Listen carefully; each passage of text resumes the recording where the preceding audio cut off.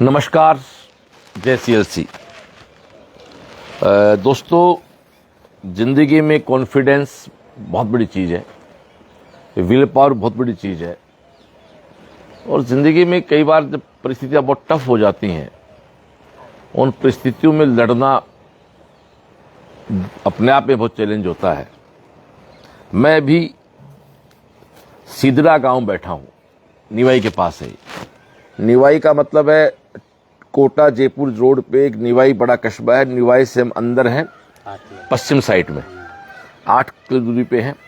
एक मीणा परिवार में बैठा हूँ और बहुत क्लियर करता हूँ। मैं जब यहाँ लाइव करने आया था तो लाइव एक नॉर्मल सा पार्ट है मेरे लिए, आज छठा लाइव है। बहुत आराम से मैं यहाँ पहुँचा, लेकिन जब आके मैंने इस पूजा से बात की, आपके मौसा जी शंकर लाल जी से बात की, तो पता लगा कि रिश्तों की अहमियत क्या होती है। पूजा के फादर नहीं है और आपके मौसा जी हैं, शंकर जी, आप टीचर हैं, आप ही आपके मेंटर हैं, आप ही आपके गार्जियन हैं। और ये लड़की उस परिस्थिति में 12वीं के साथ ये नीट को क्रैक किया। जोरदार तालियां बजाएं बच्ची के लिए। कहना बहुत आसान है, जहाँ लोग 3-3, 4-4, 5-5 साल लगा देते फिर भी सिलेक्शन नहीं होता है। मेरे पास बैठी लाडली बेटी पूजा मीणा, आपके पिता स्वर्गीय प्रेमाराम जी मीणा है, दादाजी चौथमल जी हैं। पिता दादा दोनों दुनिया में नहीं है, उन दोनों में मेरा प्रणाम है। वो जहाँ भी हैं इस स्वर्ग लोक में, आपकी बच्ची ने बहुत अच्छा रिजल्ट दिया है। आपके 10th का स्कोर 94% है और 10th करते ही आपके मौसा जी ने आपको वहाँ CLC और राहुल दीपक आप हैं, दीपक जो पूजा की मौसी के बेटे हैं, इनको CLC का आइडिया था, तो आपने पूजा को वो 11th में डाल दिया फाउंडेशन में। 11th 12th 2 साल फाउंडेशन रही, 12th के स्कोर 94% रहा, बाबा सेकंड हॉस्टल में रही। और 12वीं के साथ ओवरऑल आपकी रैंक 80,000 है और ST में आपकी रैंक 546 है। ST गर्ल्स का भी आपको फायदा मिलेगा। तो राजस्थान में तो अच्छा कॉलेज मिलना ही मिलना है।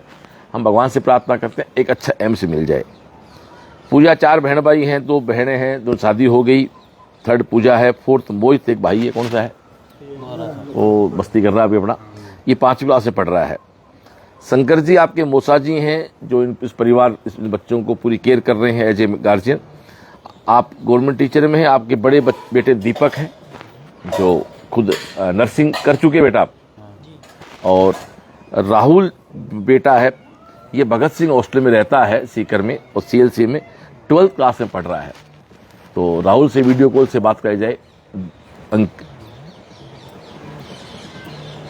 जगदीश को बोल के। तो ये गांव है और जैसा बताया कि 8-10 हजार आबादी गांव है, 10,000 की आबादी है। लेकिन आप कह रहे हो कि इस गांव में, अच्छा मीणाओं का गांव टोटली है, मीणा भाई हैं सारे, मीणा भाइयों का गांव है। एक मैंने अभी दिखाया व्हाट्सएप पे, एक लड़का 2015 में सिलेक्ट हुआ हमारे यहाँ से IIT में। 2015 में एक बच्चा इस गांव का IIT सिलेक्ट भी है। एक वीडियो कॉल मेरे पास आ रहा है, शायद उस बच्चे से बात हो रही होगी। हाँ जी, हेलो, नमस्ते बोल। क्या नाम आपका भाई? राहुल मीणा। तो आप क्लास में नहीं हो क्या आज?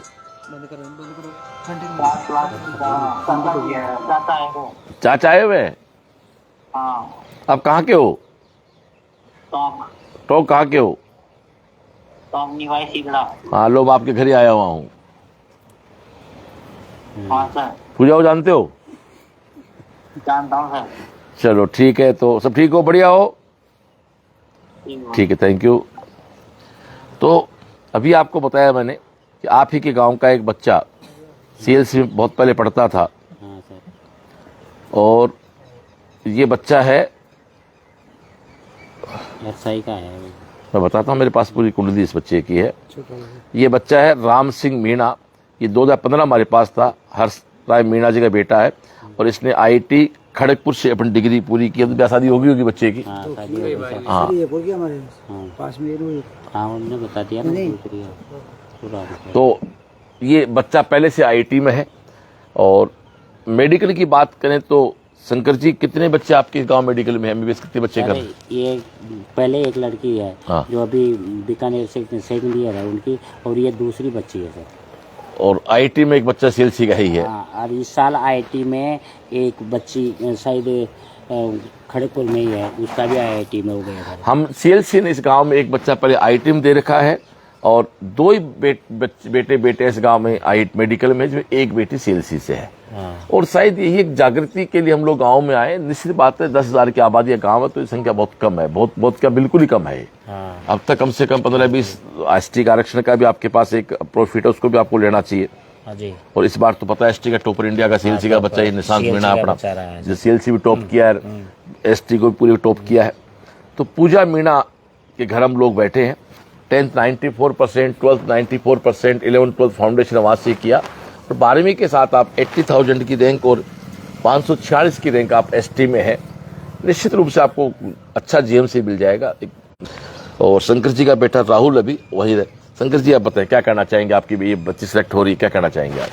सर मेरे को बहुत खुशी हो रही है और मैं सबसे पहले तो आपको धन्यवाद देता हूं कि मैं यहाँ सर्विस करने के बाद में मेरा नहीं जाना हुआ, तब भी मेरे को ये एहसास नहीं हुआ कि हमारा बच्चा कैसे पढ़ रहा है। आप सिकल गए नहीं कभी? नहीं सर, गया था, लेकिन मैं जैसे डेली नहीं जा सकता, उनकी वजह से बहुत मेरे को ये फील नहीं हुआ कभी भी मेरा बच्चा कैसे है, मेरी बच्ची कैसी है। वो बहुत अच्छा लगा मेरे को। एक बार गया था, आपके स्टाफ का इतना अच्छा व्यवहार लगा, खाने पीने की कोई दिक्कत नहीं, मैं खुद जाके देखा तो बहुत अच्छी बात थी। और मैं आपको बार बार धन्यवाद करता हूँ कि आपकी वजह से बच्चे कुछ आगे बढ़े।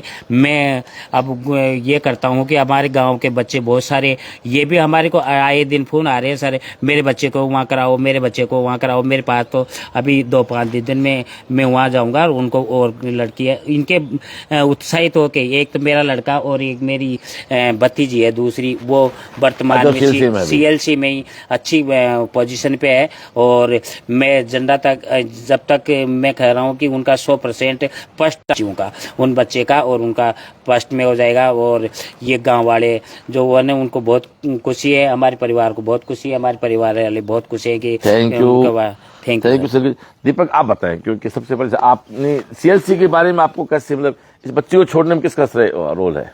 सर मेरा सीएलसी से मतलब मेरे को पता नहीं था पहले, तो सर मैंने खुद ने एक बार नीट का एग्जाम दिया था। कब है? मैंने दिया था 2020 में, 12th हो गई थी मेरी। कोरोना आ गया था। हाँ, फिर उसके बाद में जब मेरी लास्ट एग्जाम थी 12th की, उसके बाद में उसी दिन कोरोना आया था। 20 मार्च को आया था, आज भी याद है।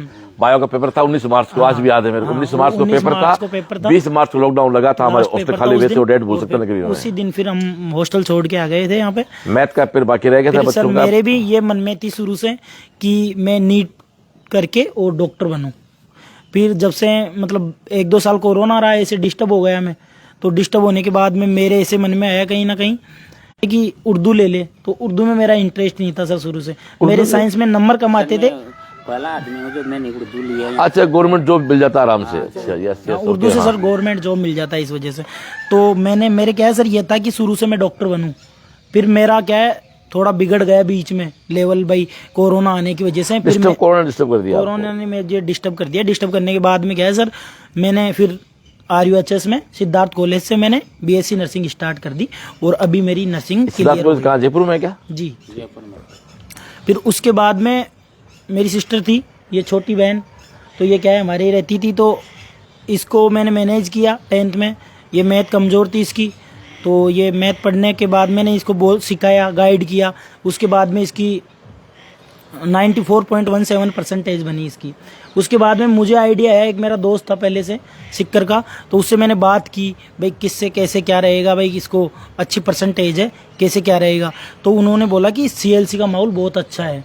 तो उसके बाद में हमने इसको CLC में जाके बात की, पुष्पा मैम के थ्रू बात हुई। पुष्पा मैम ने हमें अच्छा व्यवहार किया और अच्छे मैनेज करके, और हमने इसका वहाँ पे फाउंडेशन 11th-12th में इसका एडमिशन करवा दिया।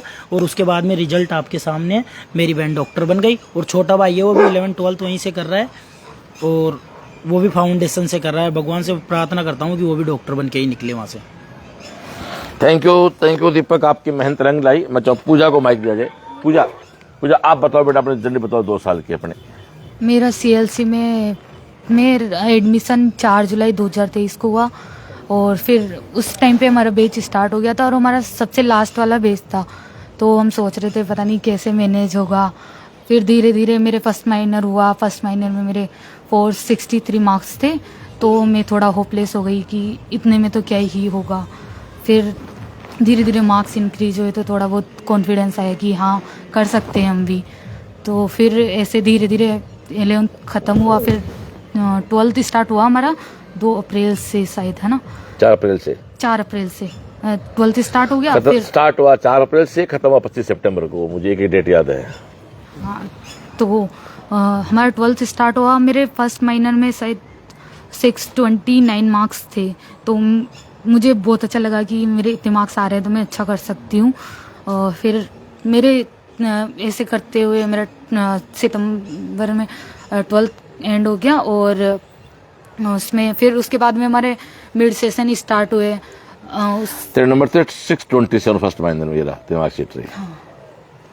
तूने पूरी साल में टेस्ट दिए हैं 130 टेस्ट दिए बच्चे ने, जोरदार साहब 130 टेस्ट दिए बच्चे ने पूरी साल। Thank you. हाँ बेटा, बात रखो। हाँ, तो फिर मेरे मतलब तेरे 12th फर्स्ट माइनर आते तेरे मोमेंट मिल गया एक।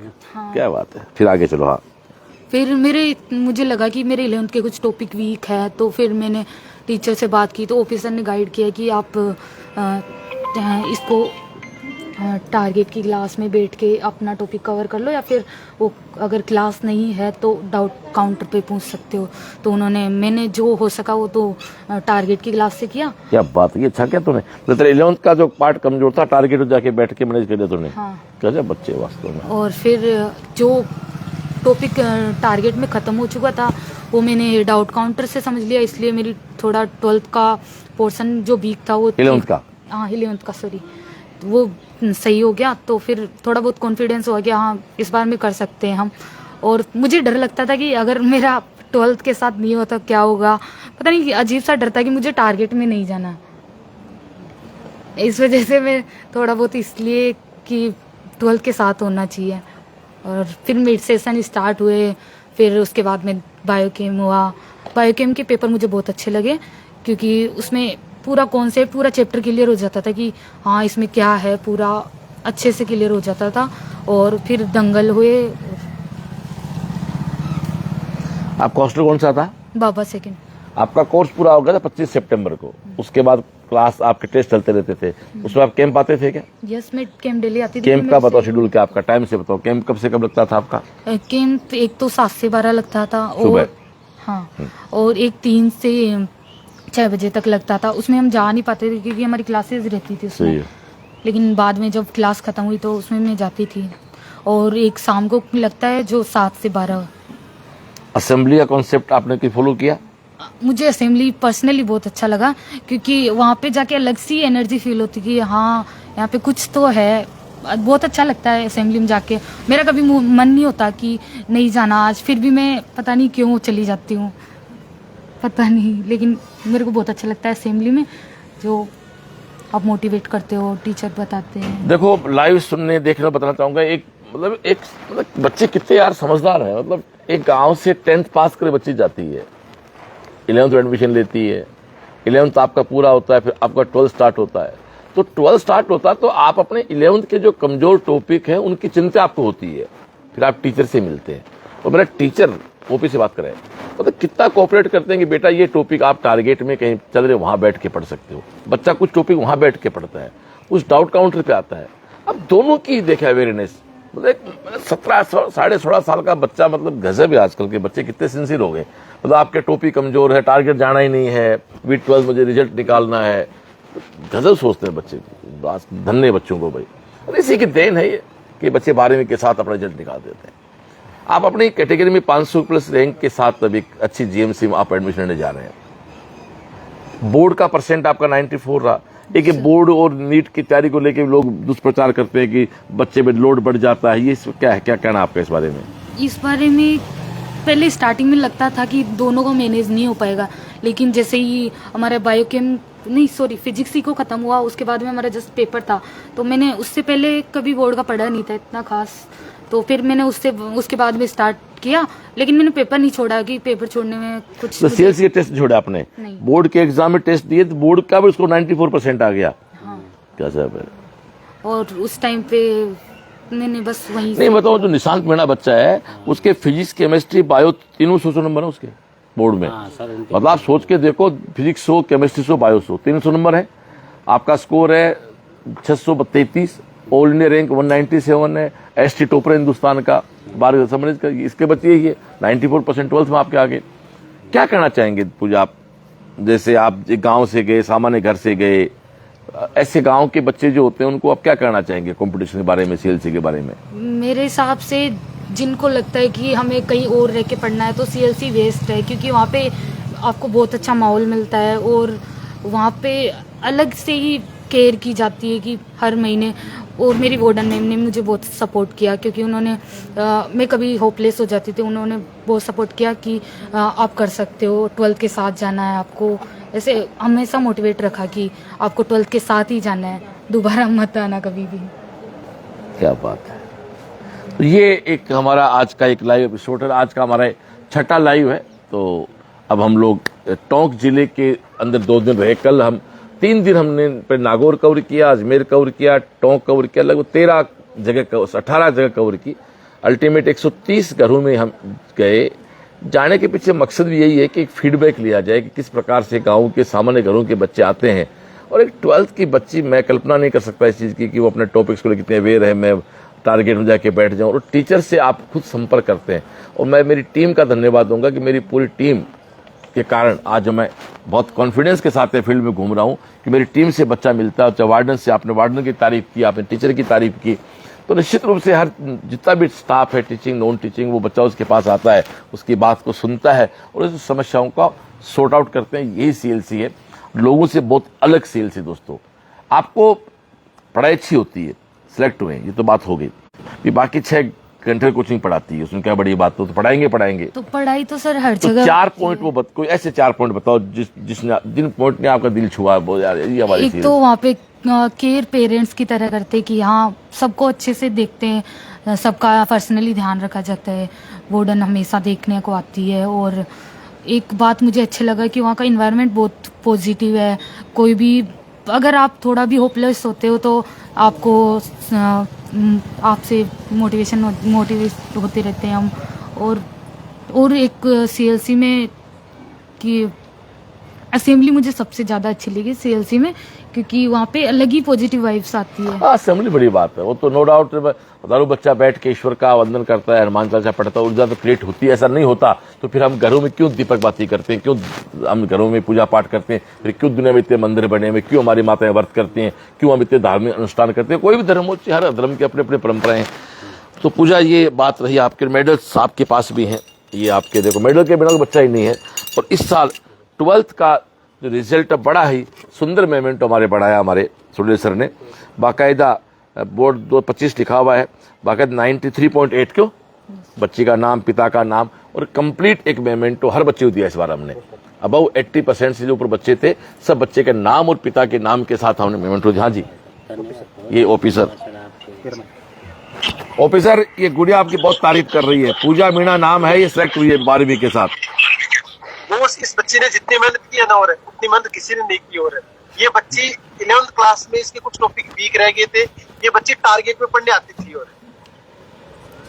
इसने 3-4 चैप्टर तो टारगेट में कवर किए अपने। और ये बात तो इस बच्चे ने बहुत मेहनत की, मैं इसको हमेशा आशीर्वाद देता कि तू बहुत आगे तक जाएगी। और 12th के साथ सिलेक्ट हुई है। थैंक यू ओपी यार, देता तेरा वो काम हमेशा करती थी। थैंक यू ओपी यार, तेरे कारण मेरी बहुत तारीफ हुई, मुझे बहुत अच्छा लगा। ऐसे मैं जो भी मेरे साथी भी और अन्य कोचिंग के स्टाफ के लोग जो लाइव देख रहे हैं, बच्चों की पूरी केयर करो भाई। ओपी क्या कहना चाहोगे? चलो आप अब लाइव चल रहा है, और क्या कहना चाहोगे बच्चों को, आप बताओ। नहीं, मैं तो ये कहना चाह रहा हूँ कि ऐसे बच्चे बहुत सारे हैं जिनको सीएलसी से जुड़ना चाहिए और सीएलसी की गाइडलाइन को फॉलो करना चाहिए, जिससे उनका भविष्य और उज्जवल बने और बढ़िया रैंक आए। अभी कहाँ बैठे हो आप? क्रमस्थली? अभी बहुत मैं सीएलसी बैठा हूँ। क्रमस्थली? हाँ, क्रमस्थली। हाँ, वो पीछे फ्लेक्स दिखाई दे रहे हैं, मैं वहाँ बैठे सोफे में जब मैं बैठता हूँ। Okay, thank you. तो ये देखो साहब, मतलब हमारे टीचर को ही पता है कि इस बच्ची को एक्स्ट्रा टॉपिक पढ़ने थे, पढ़ा टॉपिक। तो इसी के साथ हम लोग इस मेहनत करते हैं उनको वो करते जब भी याद रहता है। तो इसी को इस लाइव को पूरा करते हैं और बिल्कुल पूजा की तरह मैं तो ये कहूँगा किसी बच्चे को दिक्कत हो तो आप मिलते रहे हमारे स्टाफ से, मेरे से, सबसे। और मैं तो ये कहना चाहूँगा 6ठी क्लास से बच्चों को आप सील जोड़ें CLC के साथ, ताकि बच्चा 12th आते आते अपना रिजल्ट निकाल ले। तो पूजा की तरह टारगेट नहीं करना, 12वीं के साथ ही जाना, ये बहुत बड़ी बात है। तो और कोई बोलना किसी को? सर आप कुछ बोलना चाहोगे? इसी के साथ बात पूरी करते हैं। नमस्कार, जय CLC।